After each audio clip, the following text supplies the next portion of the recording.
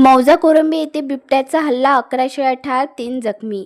तालुक्यातील मौजा कोरंबे येथे दिनांक 14 जून 2026 पहाटे अंदाजे 2:30 सुमारास बिबट्याने गोठ्यात घुसून धुमाकूळ घातल्याची घटना घडली. या हल्ल्यात शेतकरी श्री गुरुदास सुदामे यांच्या 11 शेळ्या ठार झाल्या असून 3 शेळ्या गंभीर जखमी झाल्या आहेत.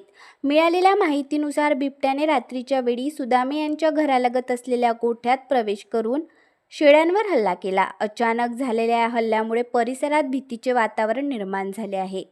घटनेची माहिती मिळताच वन विभागाचे अधिकारी तात्काळ घटनास्थळी दाखल झाले.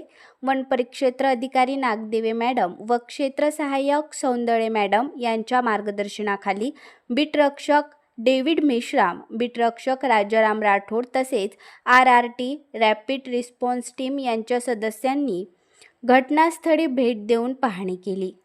यावेळी सदर घटनेचा मौका पंचनामा करण्यात आला. वन विभागाने नागरिकांना सतर्क राहण्याचे आवाहन केले असून पशुधन सुरक्षित ठिकाणी बांधण्यासह रात्रीच्या वेळी विशेष काळजी घेण्याच्या सूचना देण्यात आल्या.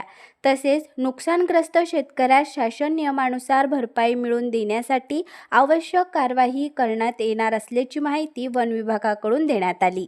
यावेळी या घटनेमुळे कोरंबी व परिसरातील नागरिकांमध्ये भीतीचे वातावरण निर्माण झाले असून बिबट्याचा तातडीने बंदोबस्त करण्याची मागणी ग्रामस्थांकडून करण्यात येत आहे.